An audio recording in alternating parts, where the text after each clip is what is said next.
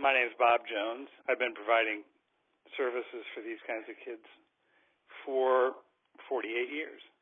So it's a subject that's near and dear to my heart. What's happened is that since studies started coming down in 1997, 1998, that talk about adverse childhood experiences and trauma-informed care. So these are the assessment tools and treatment models that have really revolutionized the way that we understand kids in trouble and the way that we understand how trauma informs the behaviors of these kids in ways that we really never thoroughly understood. If we want people to drop trauma-informed care into their next conversation about this, okay, give me a really on-the-nose definition of what that is and why it's important that this be a part of people's conversation when there's a shooting or when there's trouble with youth. The short of it is we've been treating people with a model or a perspective that says, what's the matter with you?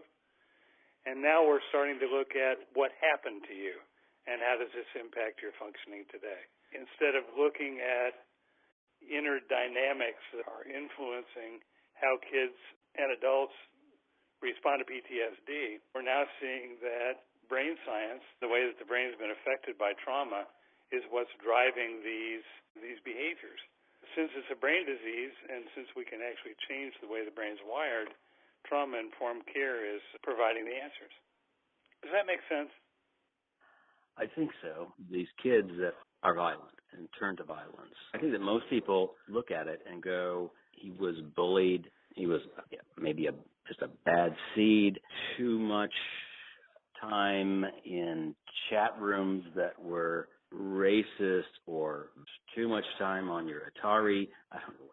And I mean that would be my diagnosis.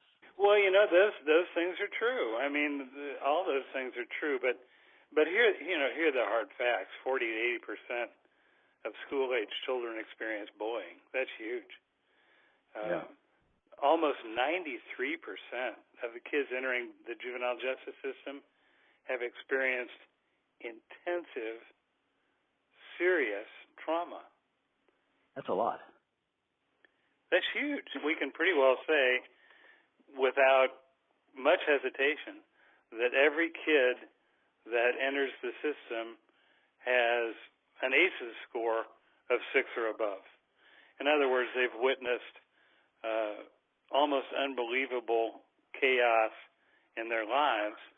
So when we begin to think about the kids who are in treatment and in the juvenile justice system and start thinking of them as traumatized people, kids who have experienced almost unbelievable harm and hurt, we have to begin to deliver services within the system and outside of the system that address the trauma. If we don't address it, they just keep coming back, don't they? And it gets worse and worse, and we have school shootings and gang-related activities and all those terrible things that we hear about every day. And here's the deal: when a child experiences trauma over and over and over again, they're experiencing the same thing that our soldiers face when they go to war and are faced with being killed every single minute of every single day. When those guys come back from war, their survival brain has been so reprogrammed that even though the cerebral cortex, the frontal brain, the thinking brain, knows that it's back home, midbrain is still hypervigilant.